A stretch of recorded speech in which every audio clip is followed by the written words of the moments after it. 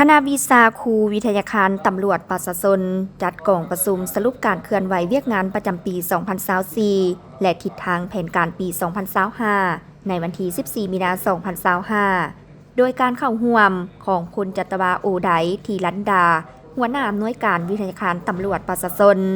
มีคณะภาคคณะอำนวยการหัวหน้าคณะวิชาครูภาควิชาแผนกและครูอาจารย์เข้าร่วมพันโทบุญเตียมเพียสาขาหัวหน้าคณะวิชาการทหารกีฬามวยวิทยาคารตำรวจประชาชนได้ผ่านบทสรุปตีราคาการนำพาจัดตั้งปฏิบัติเคลื่อนไหวเวียกงานครูประจำปี 2024 และทิศทางแผนการปี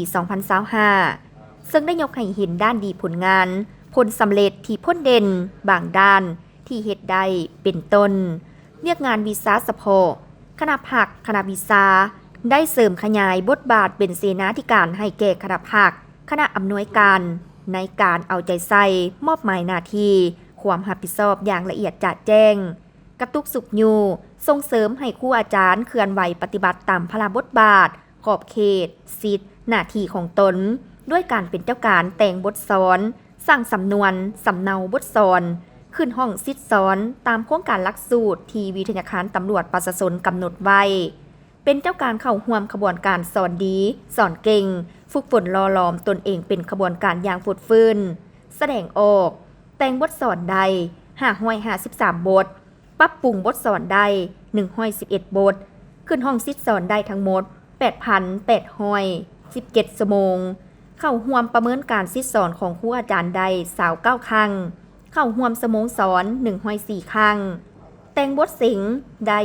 331 บทกวดบทสิงได้176 ครั้งมี 6,903 บทเข้าร่วมเป็นอนุกรรมการป้องกันบทโครงการจบสั้น71 ครั้งนำพานักศึกษาไปทัศนศึกษาได้7 ครั้งส่งบทเก็บเกี่ยวได้437 หัวบทพัวพันกรมวิชาเฉพาะมาขึ้นห้องซิทธิ์สอนและรายงานตัวจริงได้31 ครั้งสำหรับทิศทางแผนการในต่อหน้าจะสืบต่อศึกษาอบรมการเมืองนำพาแนวคิดให้แก้ทันแถวครูอาจารย์อย่างเป็นปกติต่อเนื่องเลิกเซิงกว้างขวางแทดมอกับแต่ละเป้าหมาย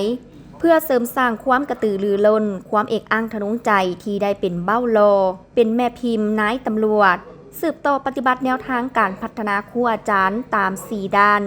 คือการเมืองแนวคิดการจัดตั้งและวิชาเฉพาะ